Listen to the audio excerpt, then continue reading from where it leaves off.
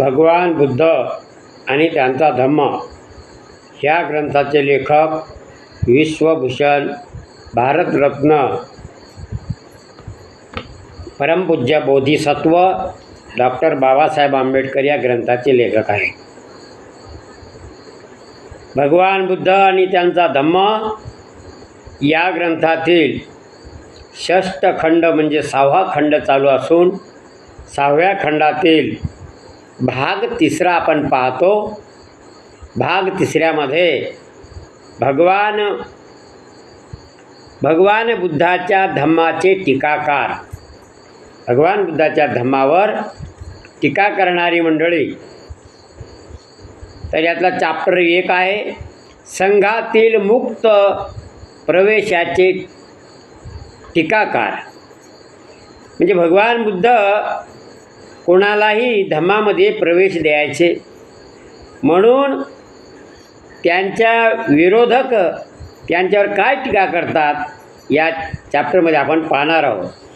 त्या अगोदर आपण समर्पण घेणार आहोत.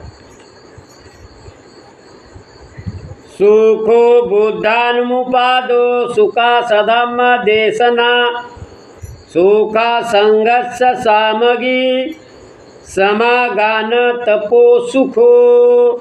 सुखद बुद्धाचा जन्म, सुखकर सद्धम्म उपदेश, सुखकर संघ एकता, सुखद समूह तपस्या.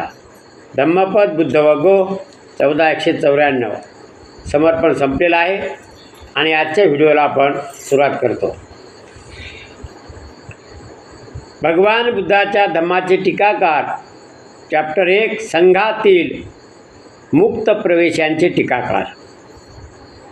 कोणत्याही उपासक गृहस्थाला सदस्य म्हणून स्वीकृत करणे संघाला सुलभ होते. संघरूपी मंदिराचे द्वार खुले ठेवून त्यात कुणालाही प्रवेश करू दिल्याबद्दल भगवान बुद्धावर काही लोक टीका करीत असत.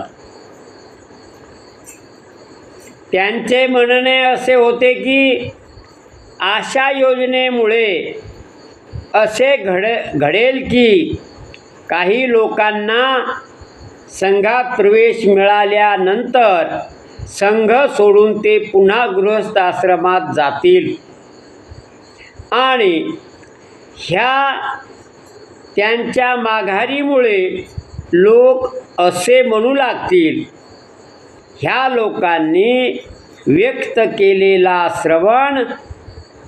श्रवण गौतमाचा धर्म फोल असला पाहिजे. अशा प्रकारची टीका करतात. ही टीका यथातथ्य नव्हती. ज्या हेतूने तथागतांनी अशी योजना केली होती तो हेतू टीकाकारांना समजलाच नव्हता. तथागतांचे म्हणणे होते की हा धर्म स्थापून उपकारक अशा मुक्तिजलाने परिपूर्ण स्नानासाठी योग्य असा जलाशय त्यांनी निर्माण केला होता. सद्धम्माचा जलाशय. काय म्हणलंय? सद्धम्माचा जलाशय. कोणी यावं आणि त्याच्यामध्ये मुक्त एक प्रकारे स्नान करून आपला जीवन स्वच्छ निर्मळ चांगल्या मार्गी लागावं हा हेतू. तथागतांची इच्छा होती की पापाच्या कलंकाने जर कोणी भ्रष्ट झाला असेल तर ह्या जलाशयात त्याने स्नान केल्याने त्याची पापे धुवून जातील. म्हणजे तो सुधरेल, चांगल्या मार्गाला लागेल. आणि जर कोणी ह्या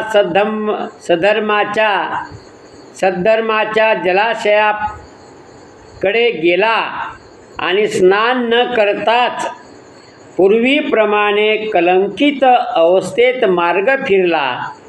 मागे फिरला तर त्याबद्दल तोच दोषी आहे, तो संघ दोषी नाही किंवा तो धम्म दोषी नाही, सद्धम्म नव्हे.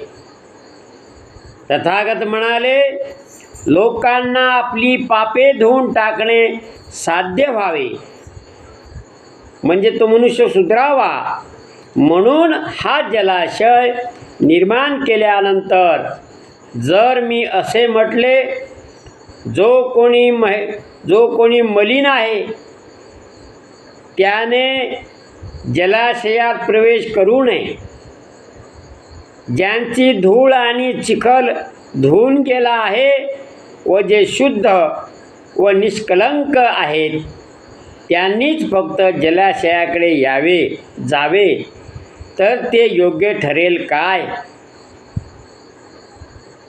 असा तथागताने प्रश्न केला. योग्य ठरेल का, तर आपण म्हणणारो नाही, योग्य ठरणारच नाही, कारण तिथं विषमता येईल. विशिष्ट लोकांनाच प्रवेश दिला तर त्याच्यामध्ये मग इतर धम्मामध्ये भगवान बुद्धाच्या धम्मामध्ये काहीच फरक नसता. अशा अटी घातल्या असत्या तर माझ्या सद्धम्माचा उपयोग तो काय होता. मग तो सद्धम्म म्हणण्याच्या लायकीचा होता का, नाही, त्याला सद्धम्म म्हणता येणार नाही. आपल्या धम्माने होणारे हित हे फक्त निवडक लोकापुरतेच मर्यादित करावे ही तथागताची इच्छा नव्हती, तर भगवान बुद्धाचा विचार हा समतेचा होता, विषमतेचा नव्हता. हे टीकाकार विसरले होते. आपला धम्म हा सर्वांनी अंगीकारावा आणि शुद्ध व्हावा, हा भगवान बुद्धाचा उद्देश. पडताळून पाहावा यासाठी तो सर्वांना खुला असावा अशी त्यांची इच्छा होती. हे टीकाकारांना समजलं नाही. आता चॅप्टर 2 आहे, व्रत नेमाचे टीकाकार. पंचशील पुरेसे नाही काय, व्रत ग्रहणाची काय आवश्यकता आहे, असे प्रश्न नेहमीच विचारले जात असत. टीका करणाऱ्याला काय, उचलली जीभ लावली टाळूला. त्यांचं म्हणणं पंचशील पुरेसे नाही काय, व्रत ग्रहणाची काय आवश्यकता आहे, असे 2 प्रश्न या टीकाकाराने विचारले आहेत. प्रश्न नेहमीच विचारले जात असत, अजूनही विचारल्या जातात. जर औषधाशिवाय रोग बरे होऊ शकतात तर वांतीच्या, जुलाबाच्या आणि तत्सम औषधांनी देह दुर्बल करण्याचा फायदा काय, असे मत प्रदर्शन केले जात असे. तसेच गृहस्थ उपासकाला संसारात राहून वासनोपभोग भोगूनही पंचशिलाने शांती व श्रेष्ठ निर्वाण प्राप्त होऊ शकते, तर भिक्खूंना आणखी व्रत ग्रहण करण्याची आवश्यकता ती काय, असं टीकाकार म्हणाले. याला तथागतांनी ही व्रते त्यातील स्वाभाविक गुणवत्तेसाठी योजली आहेत. व्रतस्थ जीवनामुळे आपोआपच सत्वाची वृद्धी होते, म्हणजे वाढ होते व अधपतनापासून रक्षण होते. म्हणजे वाईट मार्गापासून तो माणूस वाईट मार्गापासून वाचतो आणि चांगल्या मार्गातच राहतो. जे व्रत ग्रहण करतात आणि स्वावलंबनाने त्याची जोपासना करतात त्यांना मुक्ती प्राप्त होते, म्हणून व्रताची आवश्यकता आहे. व्रत ग्रहण म्हणजे वासना, असूया, अहंकार ह्यांचे नियमन व कुविचारांचे निर्मूलन. म्हणजे वाईट गोष्टी सोडा, चांगल्या गोष्टी स्वीकारा. चांगल्या गोष्टीची वाढ होते आणि दुर्गुण हे दूर लोटले जातात. जे व्रत ग्रहण करतात आणि त्याची जोपासना करतात ते सुरक्षित असतात व त्यांचे आचार विचार सर्वस्वी पवित्र असतात. भिक्षू आणि उपासक याच्यामध्ये हे असं अंतर आहे. फक्त पंचशील ग्रहणाने मात्र हे साध्य होत नाही. व्रतग्रहणाने नैतिक अधपतनापासून जसे संरक्षण होते तसे पंचशील ग्रहणाने होत नाही. व्रतस्थ जीवन अत्यंत कठीण असते. भिक्षूला एकच 12च्या आतच जेवण करावं लागतं. 11च्या आत जेवण करावं लागते, नाहीतर मग दुसऱ्या दिवशी. असं हे व्रत त्याला पाळावं लागते. म्हणजे त्या माणसाला तशा प्रकारचं आपल्या इंद्रियाला सवय पडते व्रताची आणि मग त्याच्यातून चांगला मनुष्य बनतो. पंचशील ग्रहणाचे मात्र तसे नसते. पंचशील ग्रहण म्हणजे काय? कडक पाळल्या जात नाही. मानव जातीच्या हितासाठी काहींनी व्रतस्थ जीवन पत्करणे आवश्यक असते. सर्वच जर गृहस्थ राहिले मग धम्माचं कार्य कोण करेल आणि ज्ञान लोकांना कोण सांगेल? म्हणून तथागतांनी दोन्हीची योजना केली होती.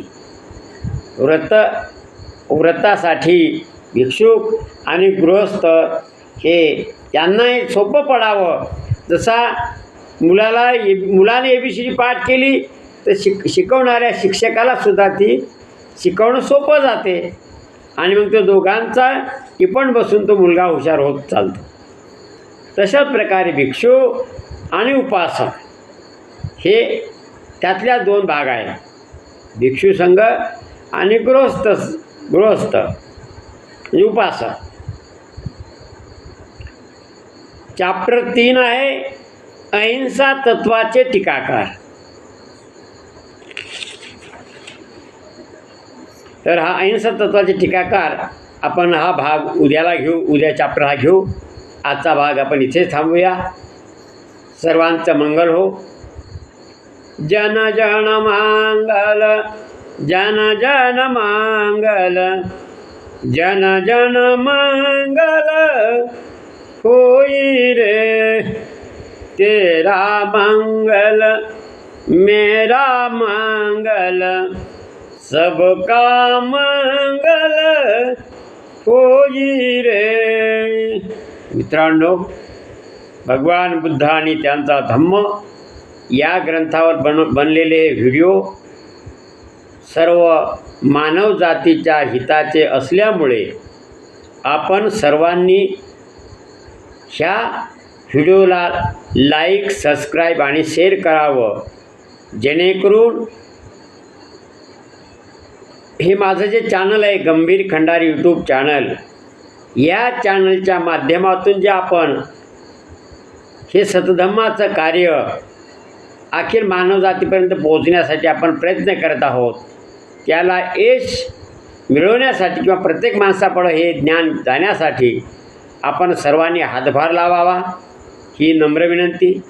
म्हणून गंभीर खंडारी यूट्यूब चॅनलला लाईक, सबस्क्राईब करावं, शेअर करावं आणि आपण हे व्हिडिओ काळजीपूर्वक ऐकून खरोखर त्याचा अंगीकार करण्याचा प्रयत्न कराल अशी मी यातून आपणाला नम्र विनंती करतो. जय भीम, जय भारत. सर्वांचं मंगल हो. पुन्हा भेटूया उद्या याच व्हिडिओमध्ये. तोपर्यंत सर्वांचं मंगल हो.